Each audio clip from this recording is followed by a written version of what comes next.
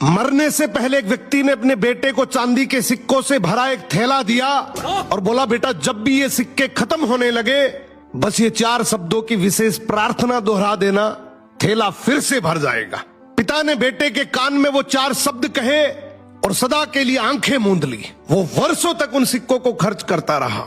जीवन की चकाचौंध और ऐशो आराम में वो इतना डूब गया कि उसे उन 4 शब्दों की याद ही नहीं रही।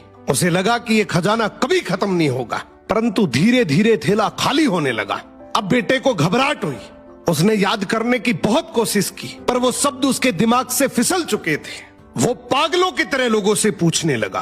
पहले पड़ोसी से पूछता है कि ऐसी कोई प्रार्थना तुम जानते हो क्या जिसमें 4 शब्द हो? पड़ोसी बोला, हाँ मैं एक 4 शब्दों की प्रार्थना जानता हूँ, ईश्वर मेरी मदद करो। उसने वो शब्द कई बार दोहराए, लेकिन चांदी के सिक्के नहीं बढ़े तो वो बहुत दुखी हुआ। फिर एक धर्मगुरु से मिला।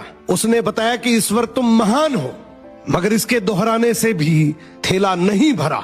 फिर वो एक नेता से मिला। उसने मजाक में कहा, जरूर ये होगा, ईश्वर को वोट दो, परंतु कुछ नहीं बदला। वो निराश होकर अपने घर की दहलीज पर बैठ गया। तभी एक भूखा भिखारी उसके द्वार पर आया।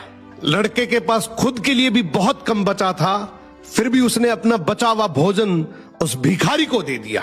भोजन करने के बाद भिखारी की आंखों में चमक आई। उसने तृप्त होकर बर्तन लौटाया और हाथ जोड़कर कहा, हे ईश्वर तुम्हारा धन्यवाद। लड़का चौंक उठा। उसने सोचा यही वो चिर परिचित शब्द थे। उसने दोहराना शुरू किया, हे ईश्वर तुम्हारा धन्यवाद। देखते ही देखते उसका थैला फिर से चांदी के सिक्कों से लबालब भर गया। तब उसे समझ आया, जब उसने किसी की मदद की तभी वो प्रार्थना उसे याद आई। क्या बात है।